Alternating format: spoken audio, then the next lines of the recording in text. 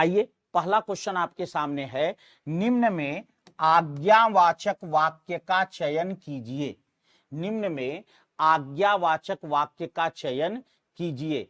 क्या वह घर गया, उसे घर जाना चाहिए, हो सकता है अभी तुम मेरी बात न समझो, तुम मेरे साथ घर चलो।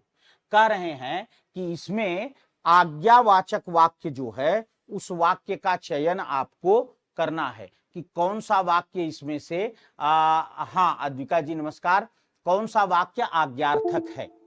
क्या वह घर गया, देखो बेटा क्या लग गया, सीधी सी बात है कि यह हमारा कैसा वाक्य है, यह हमारा वाक्य है प्रश्नवाचक ना, यह हमारा कैसा वाक्य है, प्रश्नवाचक वाक्य है।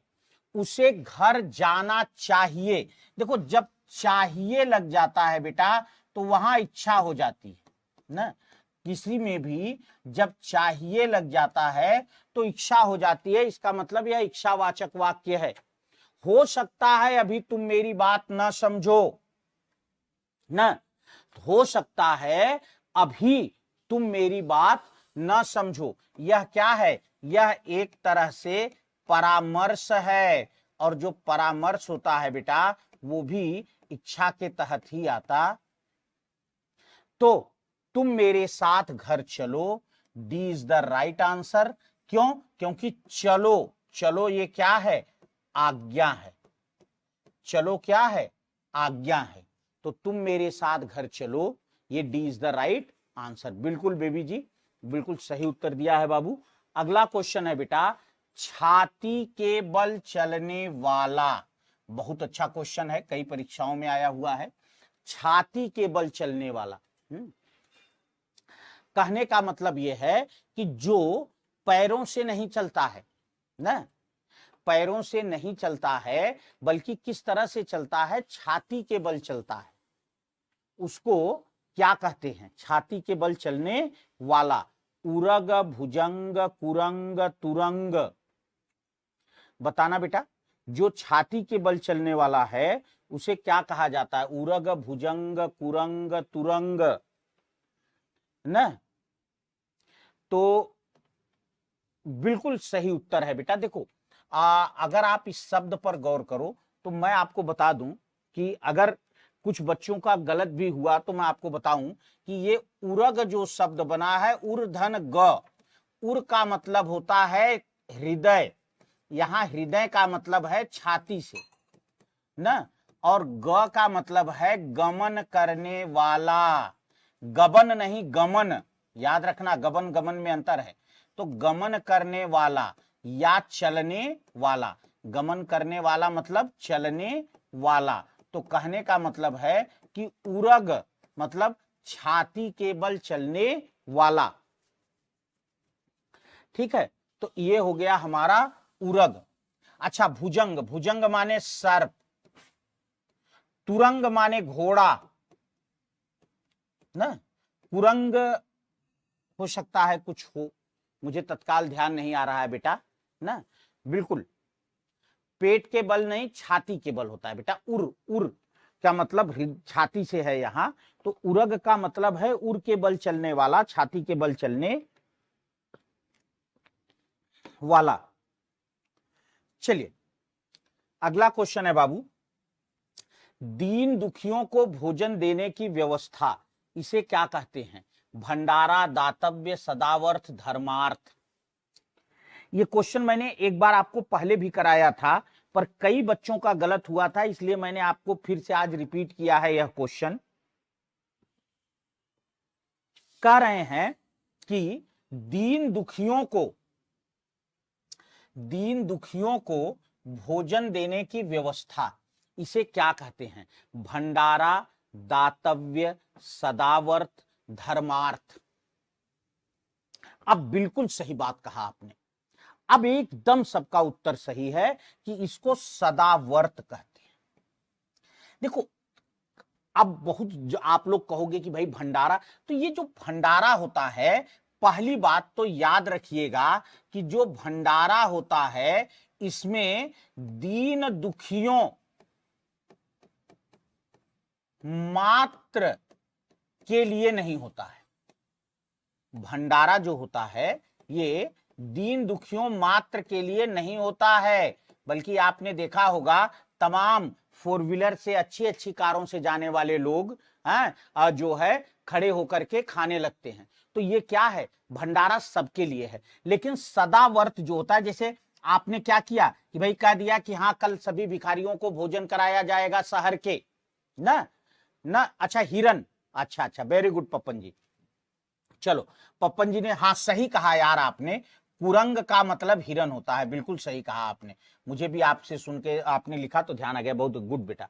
तो ये हो गया सदाव्रत।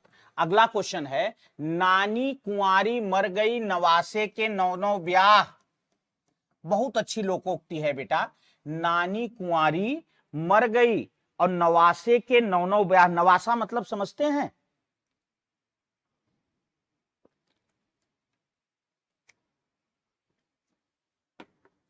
नवासा का मतलब होता है बेटा नाती। तो कह रहे हैं कि नानी कुंवारी मर गई और नाती के नौ ब्याह। अरे भाई नानी कुंवारी मर गई तो नाती हुआ कहां से? व्यर्थ की सेखी बघारना, एक आदमी अपराध करे दूसरा दंड भुगते, अधिक जानने वाले को उपदेश देना, दूसरों को संपत्ति से लाभ उठाने वाला। बिल्कुल, एक आदमी अपराध करे दूसरा दंड भुगते नहीं यार, अरे भाई नानी व्यर्थ की सेखी बघारना, नानी कुंवारी मर गई नवासे के नौ नौ ब्याह मतलब बिला वजह की सेखी। लोग कहते नहीं घर में जो है भूजी भांग नहीं और अय्या चली भुजाने ना, ये वही सेम चीज है कि नानी कुंवारी मर गई नवासे के नौ नौ ब्याह, बाप मरे अनियारी कोठरी बेटवा के नाव पावर हाउस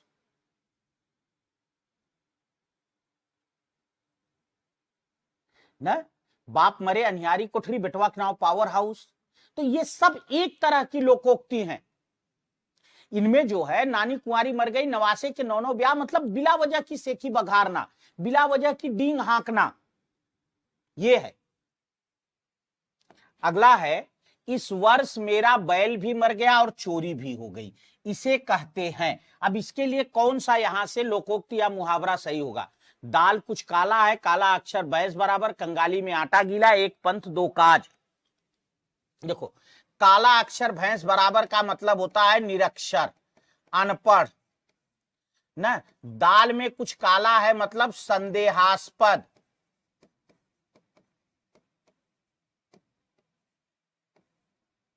और ये है मेरा बैल भी मर गया और चोरी भी हो गई मतलब कंगाली में आटा गीला, हाँ घर में दाना नहीं अम्मा चली बुझाने।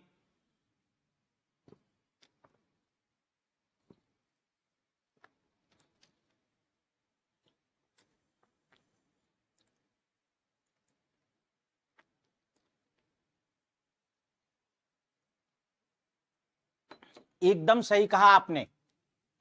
अगला है, एक पंथ दो काज, इसका मतलब होता है बेटा कि एक ही साधन से, अब समझो इसका मतलब होता है एक ही साधन से कई कार्य सिद्ध होना, एक ही साधन से कई कार्य सिद्ध होना। अगला है, किसी बड़े अंश का संक्षिप्त रूप दर्शाने के लिए किस चिन्ह का प्रयोग किया जाता है? मतलब कोई चीज बहुत बड़े में कही गई है और उसे छोटे में दिखाना हो। पुड़िया वाला बहुत दिन बाद दिखे भाई आज ना, जो है किसी बड़े अंश को छोटे में, लाघव चिन्ह या संक्षेप सूचक चिन्ह, अल्प विराम अर्ध विराम कोष्टक, मतलब कोई बड़ी बात हो और उसको कम से कम में दिखाना हो तो उसके लिए हम कौन सा चिन्ह लगाएंगे? जल्दी जल्दी बताते चलना बेटा।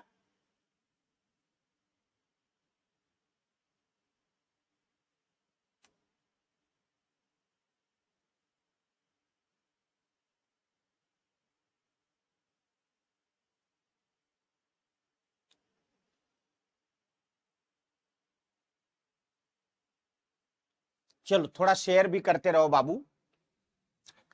बिल्कुल ए का उत्तर सही है बेटा, लाघव चिन्ह या संक्षेप। देखो लाघव चिन्ह होते कितने हैं, लाघव चिन्ह की अगर हम बात करें, लाघव चिन्ह या संक्षेप सूचक चिन्ह ना, तो ये होता है हमारा ये जीरो।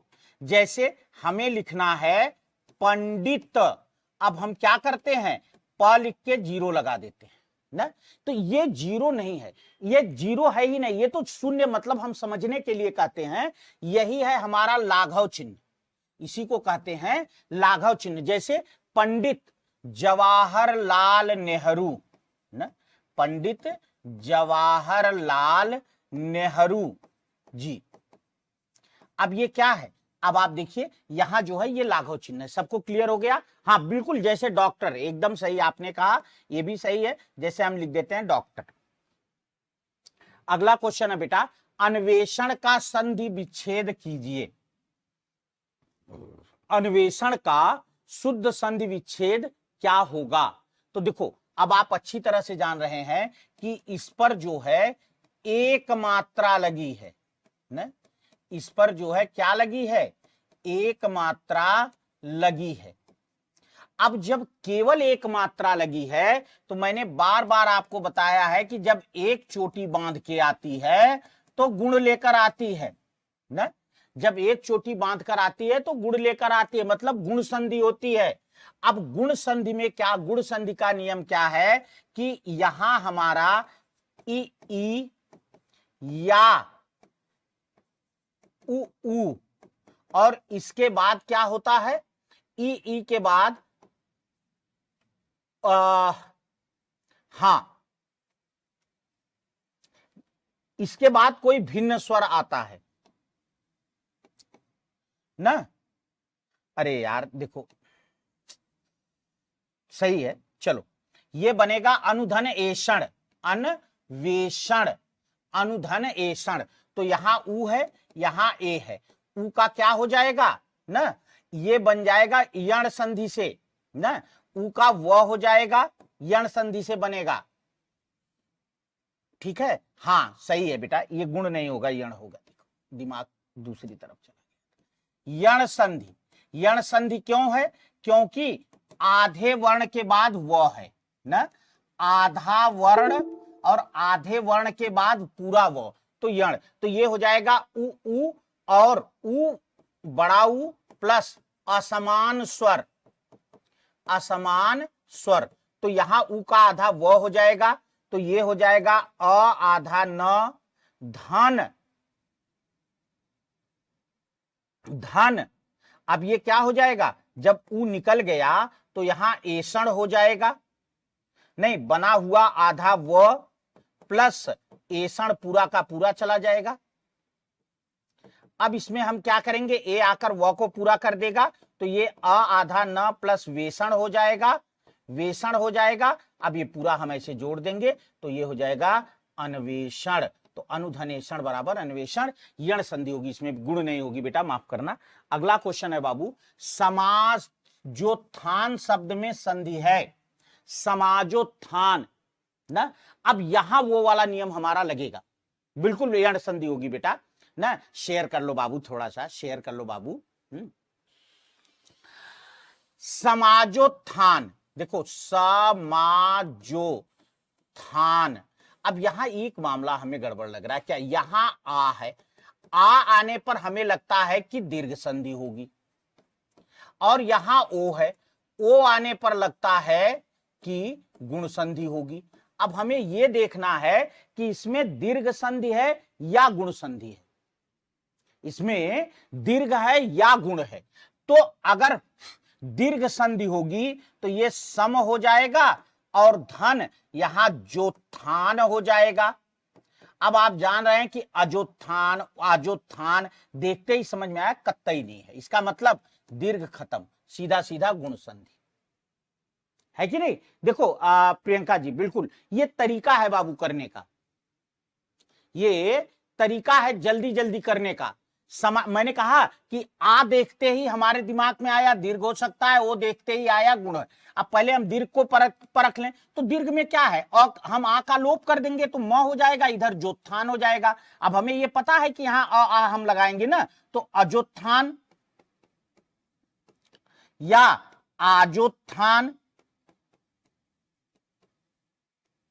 तो ये हमें पता, दोनों शब्द नहीं बनेंगे तो सीधा गुण हो गया। ये बन जाएगा हमारा, पता है बेटा, समाज धन उत्थान। समाज धन उत्थान से बन जाएगा समाजोत्थान। अगला है बेटा, पुरोहित शब्द में उपसर्ग है। पुर पुरो पुरह हित। देखो हित तो पीछे आया है, इसको तो हटा दो भाई, उपसर्ग पीछे आता नहीं है, ये हित आया। अब पुर है कि पुरो है कि पुरह है, तो देखो पुरो कोई उपसर्ग होता ही नहीं, पुरो कोई उपसर्ग होता ही नहीं है। हाँ हाँ बिल्कुल, एक चोटिया, दो चोटिया नहीं बेटा, एक चोटिया गुण और दो चोटिया वृद्धि, याद रखना बाबू। हाँ हाँ चलो, तो ये जो है पुरोहित, ये पुरो तो होगा नहीं, बिल्कुल सी इज द राइट आंसर। ये हो जाएगा बेटा पुरह धन हित।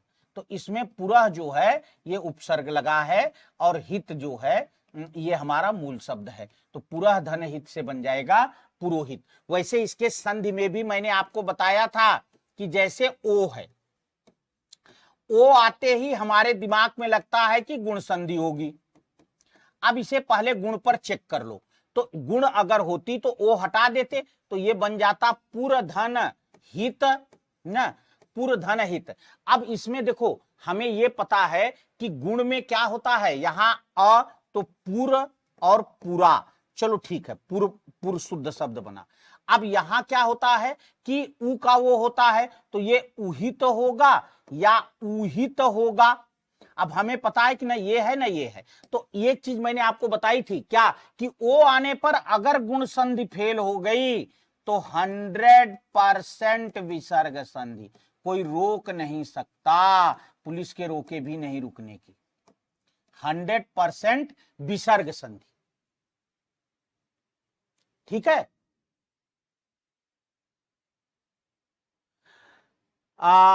ये बात ध्यान रखना। जैसे हम कहते हैं यशोदा, अब यशोदा में गुण नहीं बनता, तब यह क्या बन जाता है, यशः धन दा बराबर यशोदा। अगला क्वेश्चन है बाबू, जिसने गड्ढा खोदा वही गिरेगा। इस वाक्य में सर्वनाम क्या है, निजवाचक सर्वनाम है, संबंधवाचक है, निश्चयवाचक है या अनिश्चयवाचक है। जिसने गड्ढा खोदा वही गिरेगा, है? जिसने गड्ढा खोदा वही गिरेगा, इसमें जो है कौन सा सर्वनाम है, जिसने गड्ढा खोदा वही गिरेगा।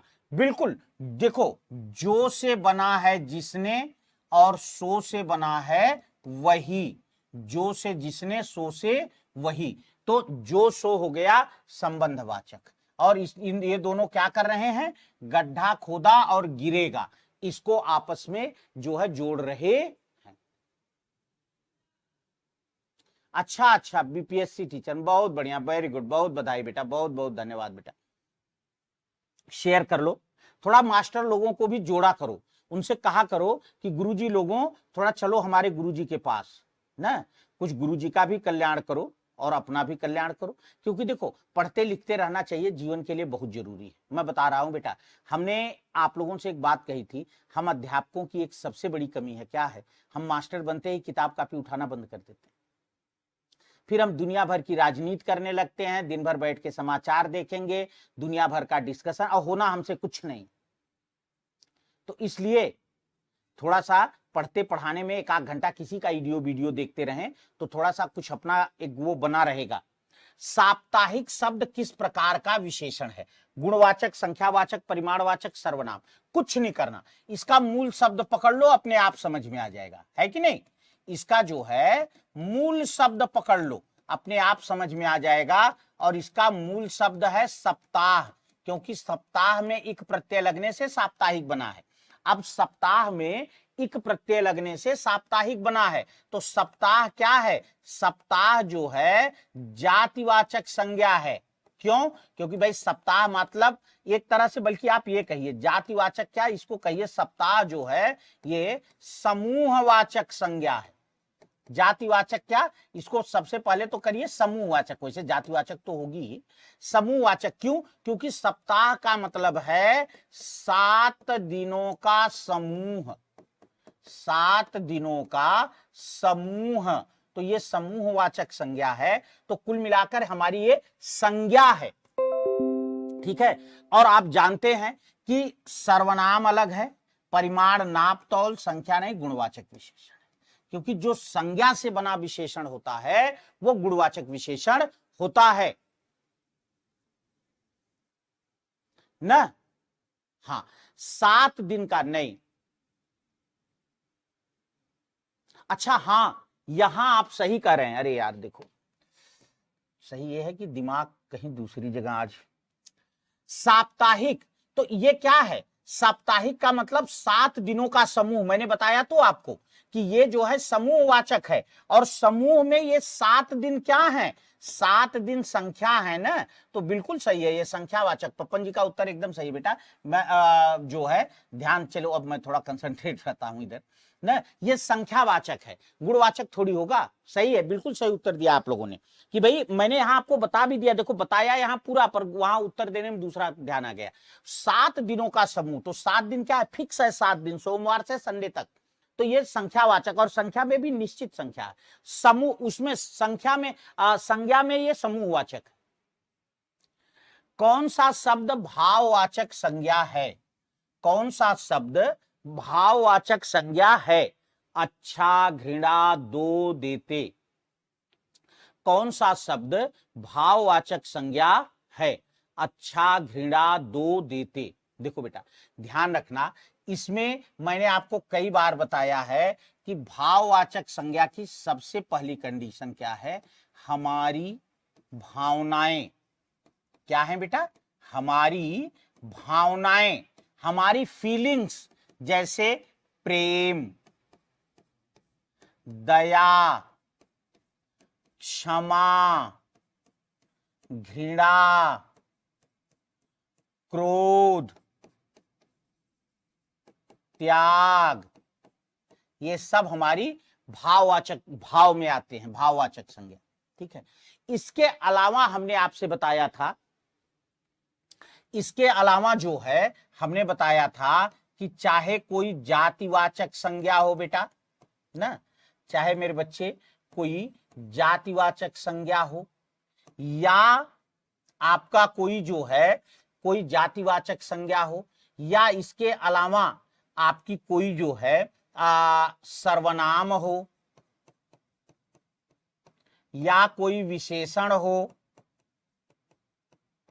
या कोई वो हो, क्या कहते हैं, अरे जातिवाचक संज्ञा, सर्वनाम, विशेषण और अव्यय हो ना, या क्रिया हो, अगर इनमें कोई प्रत्यय लगा दिया जाए, अगर इनमें क्या हो, कोई प्रत्यय लगा दिया जाए, तो समझ लेना बेटा कि ये हमारी भाववाचक संज्ञा बन जाएगी। अगला क्वेश्चन है बाबू, समूहवाचक संज्ञा कौन सा है, सोना, भीड़, हार, पुलिस। देखो सोना, सोना का मतलब यहां है गोल्ड,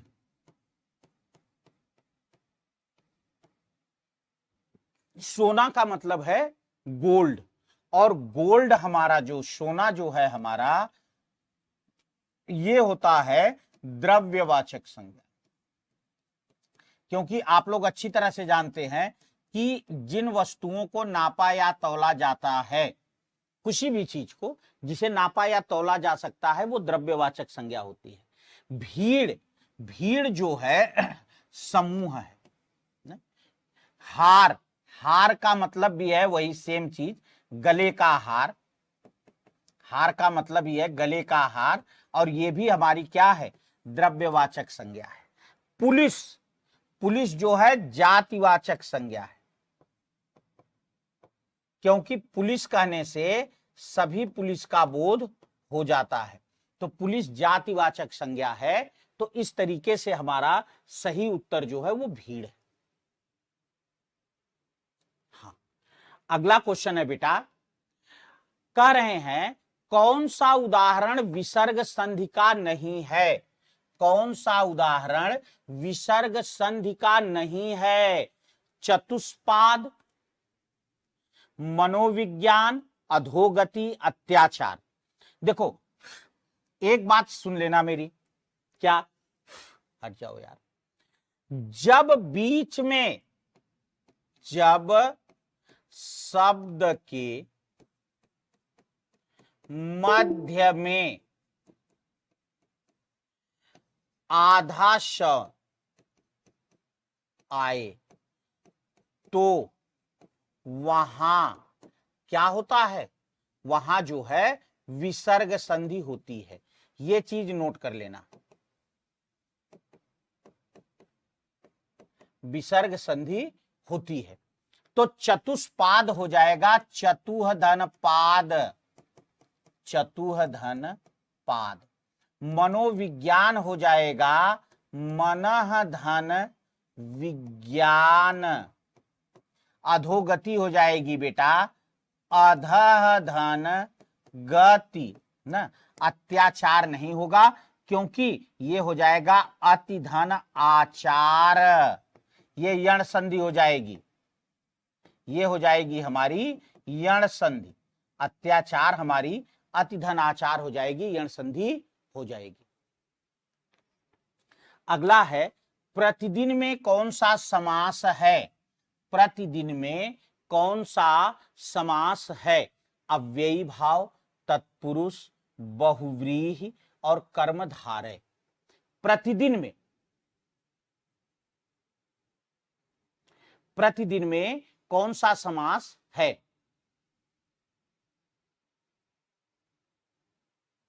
चलिए बिल्कुल, देखो बेटा मैंने बार बार कहा है कि जब समास का काम करना हो तो इनके घर में फूट डाल दो, अपने आप काम बन जाएगा। प्रति, प्रति क्या है? प्रति उपसर्ग है और दिन क्या है? दिन संज्ञा है। तो उपसर्ग और संज्ञा, तो उपसर्ग और संज्ञा जो है जब पहला पद उपसर्ग होता है तो वहां व्ययीभाव समास होता है। दूसरा क्या है? घर की मुर्गी दाल बराबर। ये बात तो सही है भाई, ये बात तो सही। हमने एक दिन बेटे से कहा कि चलो तुम्हें हिंदी पढ़ा दूं, तो कह रहा हिंदी में क्या पढ़ना है, हमारी मैडम तो वैसे पढ़ा देती। अरे हम कहे यार तेरी मैडम पढ़ाती, लाओ हम भी जरा देख लें कौन सी किताब चलती है क्या है। बोले आप परेशान ना हो, हमारी मैडम पढ़ा लेंगी।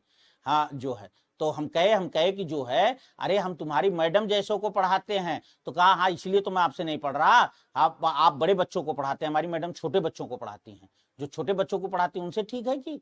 हम कहे भैया सही कहा इसने, घर की मुर्गी दाल बराबर है ना। मैं ना हूं भाई, मैं नहीं हूं ना। तो जो है घर की मुर्गी दाल बराबर, मुर्गी को दाल से तौलना, अपने पास की वस्तु को कम महत्व देना, अपने पास की वस्तु को कम महत्व देना। अगला क्वेश्चन है बाबू, इनमें से एक की वर्तनी शुद्ध है? आधीन, संग्रहित, अनधिकृत, पक्षीगण। एक की वर्तनी शुद्ध है। आधीन, संग्रहित, अनधिकृत, पक्षीगण। बताना बेटा। आधीन, हां जल्दी से बताना। कह रहे हैं कि इनमें से एक की वर्तनी क्या है? शुद्ध है ना। जल्दी बताना बाबू।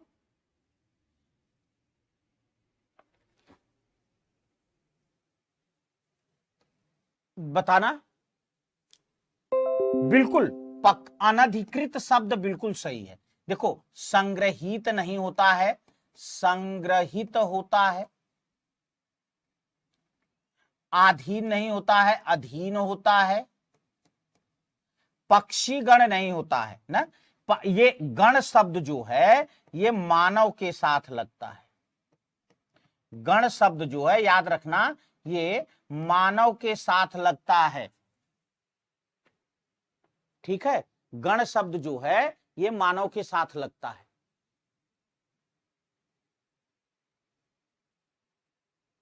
अगला क्वेश्चन है बाबू, एक शब्द तत्सम है, उल्लू घर कोयल घृत। एक शब्द तत्सम है। देखो, उल्लू का होता है उलूक,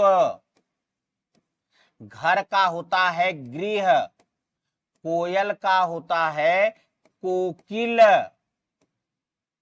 और घृत जो है ये तत्सम है, इसका तद्भव घी होता है।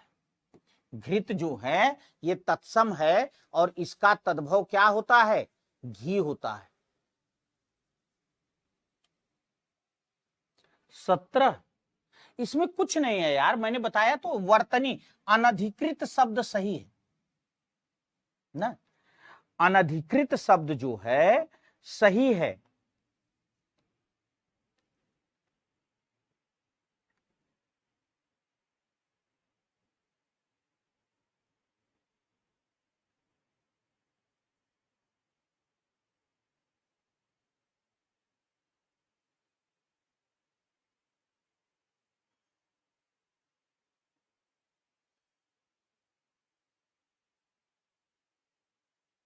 चलिए, इसमें अधीन नहीं होता है, शुद्ध शब्द अधीन होता है।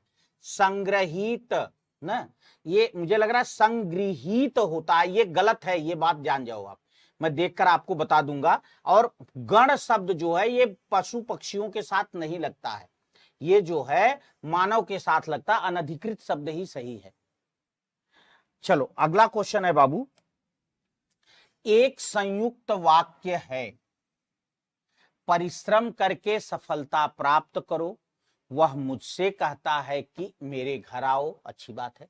जब अतिथि विदा हुए तब हम सोने चले गए, नाव डूब गई पर यात्रियों को बचा लिया गया। हाँ बिल्कुल, वही मैंने आपसे कहा ना, मैंने कहा भाई मुझे तत्काल दिमाग से ये बात उतर रही थी, ये संग्रहित, मैंने अभी भी कहा ना कि ये संग्रहित होता है। बिल्कुल सही कहा बेटा, संग्रहित होता है, संग्रहित नहीं होता है। ठीक है, चलो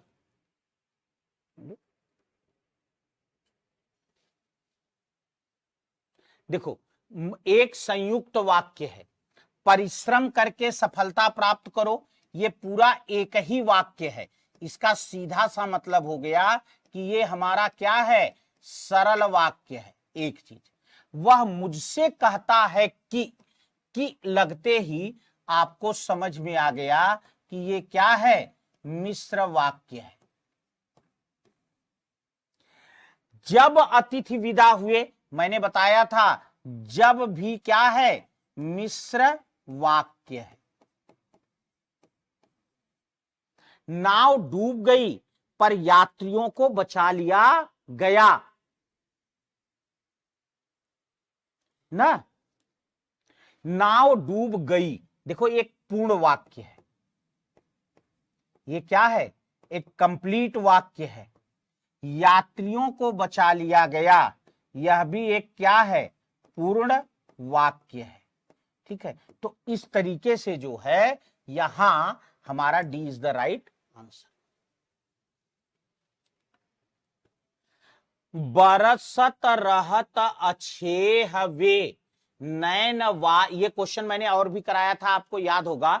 बरसत रहत अच्छे वे नैन वारी की धार, अनेकहु मिटत न है तऊ, तो वियोग की झार। पहली बात, यहां दो बात ध्यान रखना। अच्छेह, अच्छेह का मतलब होता है लगातार ना, झार, झार का मतलब होता है अग्नि। ठीक है, तो कह रहे हैं बरसत रहत अच्छेह वे नैनवारी की धार, नेत्रों से लगातार आंसू बरसते रहते हैं, लेकिन क्या होता है? नेकहु मिनट मिटत न है तऊ वा या वियोग की झार। पुरानी स्लाइड तो नहीं है यार, क्वेश्चन कुछ हो सकते हैं। देखो बेटा मैं आपको बताऊं गुलाब जी, कुछ क्वेश्चन तो रिपीट हो ही जाते हैं बाबू, रोज भी हमें प्रैक्टिस, कहां से कितना क्वेश्चन, तो कुछ क्वेश्चन रिपीट हो जाते हैं, कोई और अच्छे क्वेश्चन भी रिपीट होते हैं कि मतलब जहां लगता है। बिल्कुल, अब देखो आप लोग यहां अच्छी तरह से जानते हैं कि यह जो है विशेषोक्ति है, अन्योक्ति है, तो आप जानते हैं कि विभावना का उल्टा विशेषोक्ति होता है। अब यही तो है, एक तरफ कह रहे हैं गुलाब जी की स्लाइड पुरानी है और दूसरी तरफ उत्तर गलत आ रहा है।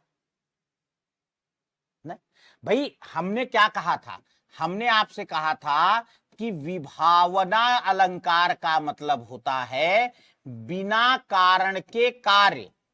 विभावना अलंकार का मतलब क्या होता है, बिना कारण के कार्य। और विभावना का उल्टा होता है विशेषोक्ति। विशेषोक्ति का मतलब है कारण रहने पर भी कार्य न हो, कारण रहने पर भी, कारण रहने पर भी कार्य न हो। ठीक है, तो ये क्या है, विशेषोक्ति है। अब यहां बरसत रहत अछेहवे नैन वारी की धार, नेत्रों से जल बरस रहा है लेकिन वियोग की आग बुझ नहीं रही है, मतलब कारण है पर कार्य नहीं हो रहा है। बिल्कुल, जल बिच मीन पियासी, मैं सुनसुनी आवे हांसी ना। चलो, देश की सम्मान की रक्षा के लिए हमें अपने प्राणों को न्यौछावर कर देना चाहिए। इस वाक्य में किस प्रकार की अशुद्धि है? देश के सम्मान की रक्षा के लिए हमें अपने प्राणों को न्यौछावर कर देना चाहिए। इसमें किस प्रकार की अशुद्धि है? वचन, लिंग, विभक्ति, क्रिया, बताना बेटा, इसमें किस प्रकार की अशुद्धि है, बताना बेटा। लिंग, प्राण, बिल्कुल। देखो, सुशील जी कह रहे हैं विभक्ति की, विभक्ति तो हमने सही कर दिया।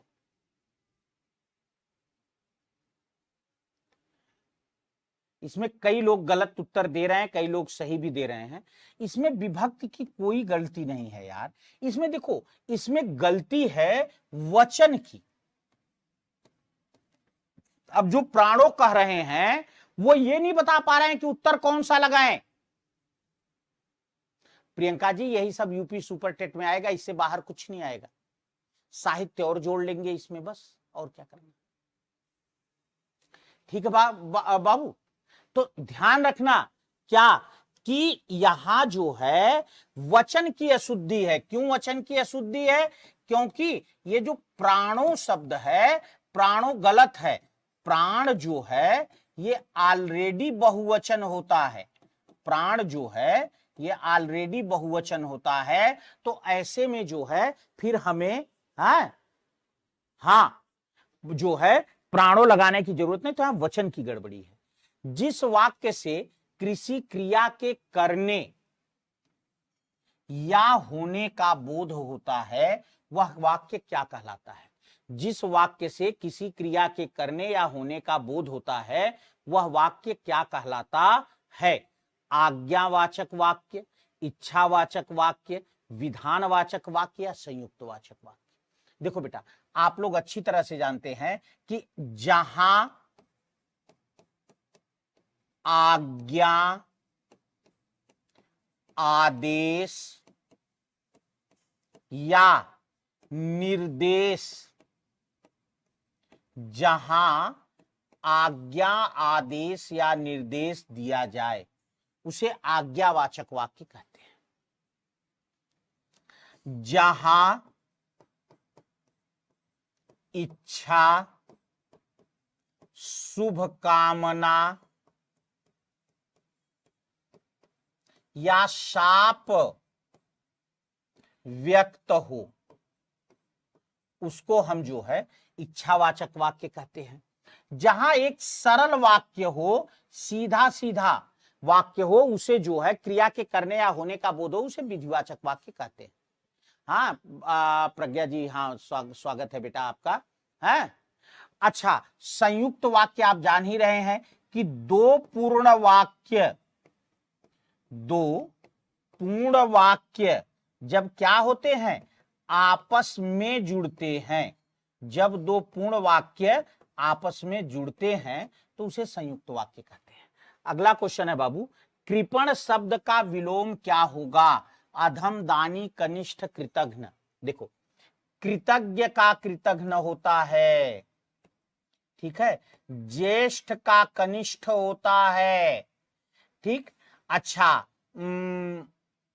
वो क्या कहते हैं, याचक का दानी होता है, और कृपा नहीं, ओ सॉरी, देखो, कृपण का दानी होता है, कृपण माने कंजूस,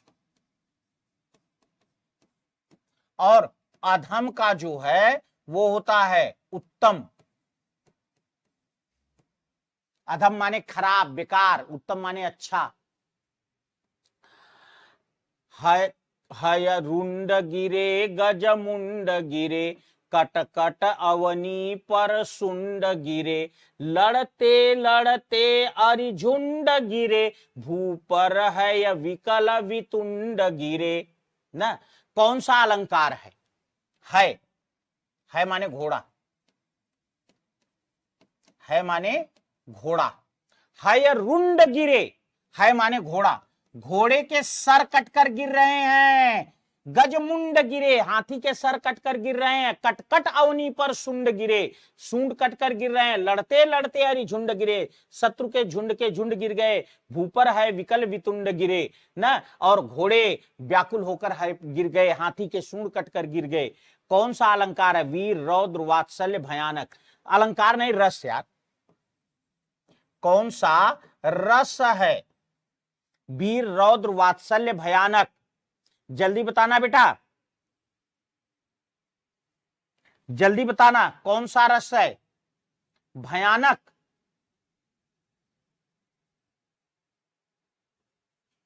अच्छा,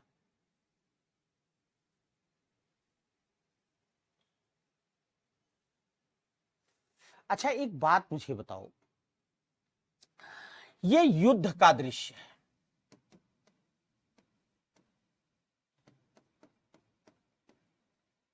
और कहां आपने ये पढ़ लिया कि युद्ध के दृश्य में भयानक रस होता है? कहां आपने पढ़ लिया ये कि युद्ध के दृश्य में भयानक रस होता है?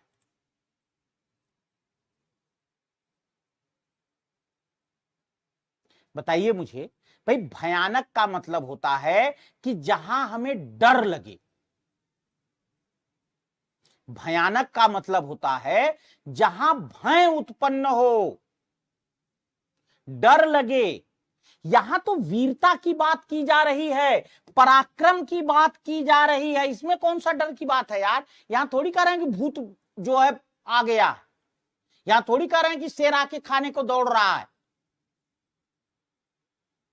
ना। तो भाई यहां भय की बात ही कहां है?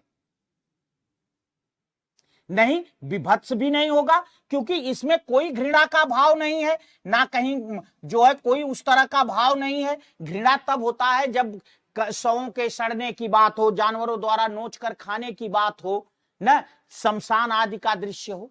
यहां तो वीरता की बात हो रही है ना, वीर रस की बात हो रही है ना। हाँ, एक और अजगरा लख, एक और मृगराज, बिल्कुल सोनिया जी आपकी बात सही है ना। भाई भय कहां इसमें है? इसमें तो शौर्य की बात हो रही, पराक्रम की बात हो रही है कि लड़ाई चल रही है, कट कट के 100 गिर, मतलब हाथी के वो गिर रहे हैं, तो वहां क्या है? युद्ध हो रहा है।